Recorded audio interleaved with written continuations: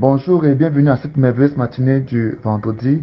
Nous bénissons le Seigneur notre Dieu pour la grâce de la vie qu'il nous donne en ce matin au nom de Jésus-Christ de Nazareth. Amen. Je vous souhaite à tous la bienvenue à cette dévotion matinale. Mon nom c'est Bled Bechem. Nous allons lire, méditer dans 2 Timothée chapitre 3 à partir du verset 1 au verset 16.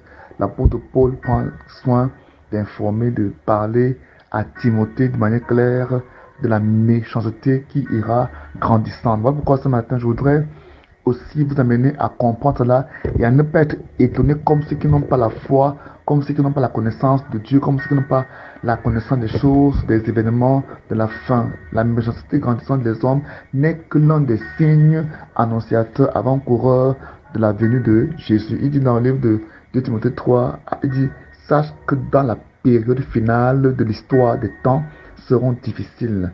Les hommes seront égoïstes, avides d'argent, vantards, prétentieux. Ils parleront de Dieu d'une manière injurieuse et n'auront pas d'égard pour leurs parents. Ils seront ingrats, dépourvus de respect pour ce qui est sacré, sans cœur, sans pitié, calomniateurs, incapables de se maîtriser, cruels, ennemis de bien, emportés par leur passion et enflés d'orgueil.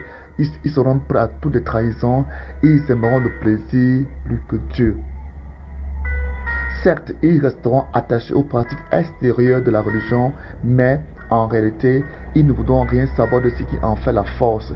Détourne-toi de ces hommes-là. La parole de Dieu nous fait comprendre ce matin que les derniers temps seront très difficiles, pas parce que ces temps seront difficiles en fait, mais parce que la méchanceté humaine grandira, ira croissant. Vous voyez que ces temps-ci, il y a beaucoup de prospérité, beaucoup de bénédictions matérielles, une croissance industrielle, mais qu'est-ce qui fait problème par rapport au temps passé, par rapport au premier siècle, bien à l'Antiquité? Il y a un très grand développement sur le plan économique, industriel, sur le plan financier, mais concernant, n'est-ce pas, le plan humain, concernant le plan religieux, c'est la décadence complète. C'est ça qui crée des problèmes. Et ça amène donc la méchanceté, ça amène, n'est-ce pas, la méchanceté à être croissante. C'est pourquoi il dit au verset 1, dans la période finale des temps de l'histoire, les temps seront difficiles. En fait, l'apôtre Paul disait ici que les hommes deviendront plus difficiles, plus méchants, plus aigris, plus, n'est-ce pas, plus mauvais que dans le temps passé. Il dit, les hommes seront égoïstes. Donc l'égoïsme sera encore fort comme aujourd'hui. Ils seront avides d'argent, donc cupides, avares. Les hommes seront vantards, prétentieux. Ils parleront de Dieu d'une manière injurieuse. C'est ce que nous vivons aujourd'hui. Nous ne devons être de cela, car c'est l'esprit qui anime le siècle présent. Toi, en tant qu'enfant de Dieu, tu dois prendre garde et te mettre à l'écart de ces gens-là. Amen. Il dit que les hommes seront égoïstes. Toi, ne sois pas égoïste. Ils seront avides, vantards, prétentieux. Ils parleront de Dieu d'une manière injurieuse et n'auront d'égard pour leurs parents. C'est ce que la Bible dit. Ils seront ingrats. L'ingratitude a atteint le paroxysme, son niveau le plus élevé, l'ingratitude. Ils seront dépourvus de respect pour ce qui est sacré. Donc ils n'auront pas de respect, donc le respect disparaîtra, soit pour leurs parents, soit pour ce qui est sacré, soit pour n'importe quoi. Ils seront, n'est-ce pas, irrespectueux. Verset 3, sans cœur, donc ils seront insensibles et sans pitié, calomniateurs, incapables de se maîtriser, cruels, ennemis des gens de bien, emportés par leur passion et en feu d'orgueil. C'est ce qui fait la promotion aujourd'hui, n'est-ce pas? Les passions mondaines, l'amour du monde, c'est ce qui a rempli les cœurs des hommes aujourd'hui. Voilà pourquoi ce matin, Dieu veut que tu te sépares de ces choses, de ces vices. Quand l'Esprit de Dieu inspire ces choses, c'est pour que tu les enlèves de toi en allant en prier devant Dieu. Il dit, ils aimeront le plaisir plus que Dieu. Vous voyez, les hommes aiment le plaisir, la distraction. Et il y a tellement de développement, et le développement dont il est question est tourné vers le plaisir, vers les désirs, les passions, vers l'orgueil. Il dit, détourne-toi de ces gens-là, détourne-toi de ces choses-là. Ils ne voudront rien savoir de ce qui fait, de ce qui est en Dieu. La Bible dit qu'ils resteront attachés aux choses extérieures, aux pratiques extérieures de la religion, mais en réalité, ils ne voudront rien savoir de ce qui en fait la force. Voilà pourquoi les églises sont pleines sont remplies, n'est-ce pas, des choses, de personnes, mais ces personnes ne veulent pas être attachées à la véritable doctrine, à la parole de Dieu. Ils ne veulent pas s'accrocher à Jésus-Christ. Ils aiment, n'est-ce pas, s'accrocher aux choses que Jésus-Christ donne, aux choses que Dieu donne, aux choses, n'est-ce pas, que Dieu fait dans la vie. Mais ils ne veulent pas Dieu. Ils ne veulent pas de Dieu. Ils ne veulent pas se soumettre à la volonté de Dieu, à la parole de Dieu. La Bible dit que les temps sont difficiles à cause de ces choses-là. Ce sont ces choses-là qui vont, n'est-ce pas, provoquer, n'est-ce pas, la difficulté, n'est-ce pas, dans la fin des temps. Il dit donc pour toi, en tant qu'homme de Dieu, femme de Dieu, frère en Christ, détourne-toi de ces gens-là. Toi, reste attaché dans ce que tu as appris. Reste attaché dans ce que tu as appris. La Bible nous fait comprendre, nous donne ces enseignements pour que nous soyons prêts. Pour toi qui suis la parole de Dieu, tu sois prêt à vivre au milieu d'une génération avide de pouvoir, avide de gains, avide de notoriété, orgueilleuse et égocentrique et égoïste. C'est ce que la parole de Dieu déclare. Et on le voit très bien dans les familles, dans les entreprises, dans les assemblées des églises.